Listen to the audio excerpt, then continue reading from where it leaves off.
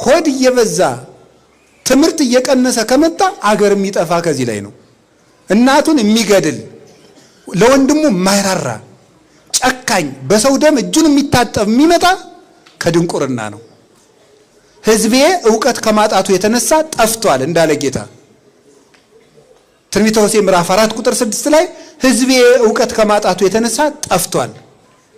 የዕውቀት ጥፋት ቅዱስ ዮሐንስ አፈወርቅ ምን ይላል? የብጥብጥ ሁሉ መነሻ ነው ይላል። የመገዳደል፣ የሞት፣ የጨካኝነት፣ የአረመኔነት መነሻው ድንቁርና ነው። የሚያውቅ ሰው እንዴት የሰውን ክብር የሚያውቅ ሰው ሰው ገድሎ አይደሰትም። እና የእግዚአብሔር ቤተሰቦች ስራ ስሩ። የማይሰራ ሰው ክርስቲያን አይደለም። ስሩ፣ ጥራችሁ ግራችሁ። እኔ እንዲሁ በጣም ነው የሚገርመኝ። ሰምታችኋል? የሆነ የግብፅ ገዳማትን ለመሳለም የዛሬ ዓመት አካባቢ ግብፅ ሄጄ ነበር እና አንድ ሱቅ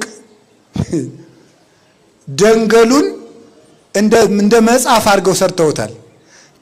ከደንገሉ ላይ የእመቤታችንን የጉዞ ስዕል ፕሪንት አድርገውበት $100 ሸጡልን። ምኑ ነው?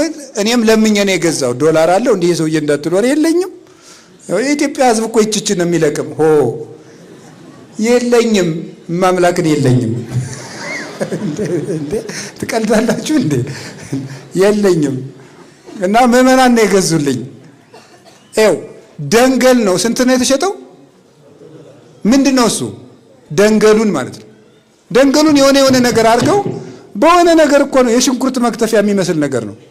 እዚያ ውስጥ አስገባችሁና የሆነ ልሙጥ አርጋ ወረቀት አርጋ ወጣችሁ። እዚያ ላይ ደግሞ የእመቤታችን the journey of virgin mary የሚል የድንግል ማርያም ጉዞ የሚል የስደቷን ጉዞ ፕሪንት አደረገችልን። እንግዲህ እኮ ልጅቱ እስልምና እምነት ተከታይ ናት። እንጀራ ነው ግን ሸጠችልን። ስለዚህ ይኸውላችሁ ደንገሉን እኮ እንዲህ አድርገን ገዝተመጣ። እኛ ሀገር አሁን ያ መሳሪያ እንዴ ግብፅ እኮ ቴክኖሎጂ ሞልቷት። ምንድነው ቴክኖሎጂ ያላት? እንደው መሳሪያውን ቆይ እስኪ አስጠይቃ ነገራችኋለሁ። በዛው እንድትጀምራችሁት ምዕመናን እዛ ካሉ ደውዬ ጠይቃለሁ። ቢሆን የሆነ ነገር እኮ ነው የምላችሁ። የልብስ መተኮሻ የሚመስል ነገር የሆነ ነገር ነው። ዝም ብሎ የሆነ ነገር ነው። አይመጣልንም። ግን እኛ ምንድነው የምናደርገው? እሷ ደንገል ሰንጥቃ $100 ሰራች። እኛ ነገር መሰንጠቅ ነው የምናውቀው። ወግ መሰንጠቅ ቁጭ ብሎ እንዴት አይነት ሊቅ ናችሁ ደግሞ እናቶቼ! እንዲሁ ሊቅ በቃ በጣም የአራቱ ጉባኤ መምህር ናችሁ፣ የመጽሐፍ መምህር ናችሁ፣ የቅኔ መምህር ናችሁ፣ ጳጳስ ናችሁ፣ ጎበዞች ማለት ሁሉንም ትሰነጥቃላችሁ። እንደዚያ ነው የምታደርጉት ማለት ነው። ስለዚህ ጌታ ያለን ከመጨነቅ ይልቅ መስራት። ማመንና ምን ማለት ንገሩኝ? ማመንና መስራት በሉ እስኪ። ማመንና ምን ማለት? መስራት። የማይሰራ ሰው ግን እግዚአብሔርም ሊሰጠው አይችልም። ይሄን አባቶች ይላሉና ሊሰራ የማይወድ ሰው አይብላ ዘይፈቅድ ይትቀነ ይሴሰ ይላል ቅዱስ ጳውሎስ። ሊሰራ የማይወድ ሰው አይብላ ይላል።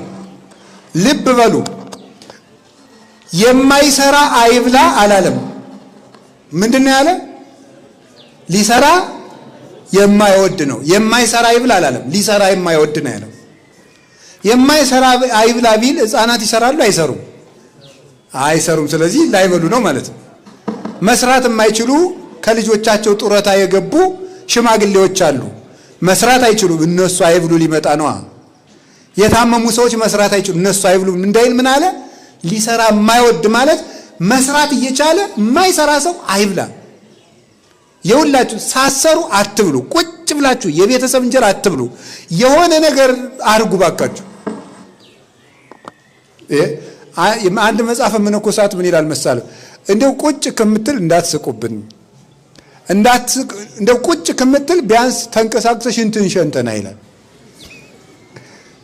እንደው ቁጭ ከምትል ይሻላል ነው። እንደው ይሻላል። በዚያው ስራ እንድትማር እኮ ነው። ቁጭ ከምትል ምን ይላል? ቢያንስ ተንቀሳቀስ። ቤትህም ውስጥ እንደው እንደዚህ ያል እንደው ተንቀሳቀስ፣ ቢያንስ ተንቀሳቀስ እንደዚህ ይበል። እንደው ቁጭ ብላችሁ አንዳንዶቻችሁ ደግሞ ከሰው ሱቅ ዳችሁ ቁጭ ብላችሁ ወሬ ስትሉ ያላፊ አግዳሚውን እግር ስትቆጥሩ ትትውላላችሁ። ከስራ ፈትነታችን የተነሳ ብዙ ባለሱቆች ያለ ስራ መቆም ክልክል ነው የሚለጥፈዋል። እንዴ በጣም እኮ ነው የሚገርማችሁ። ይሄ እኮ መሳቂያነት ነው። አገሪቱን የስራ ፈት ሀገር ማድረግ እኮ ነው። ደግነቱ ፈረንጆቹ አማርኛ ያነቡም እንጂ ያለ ስራ መቆም ክልክል ነው ማለት እዚህ ሀገር ያለ ስራ ይቆማል እንዲሉ ነው የምናደርገው እኮ። ስለዚህ እንደው ተንቀሳቀሱ፣ የሆነች ነገር ጀምሩ።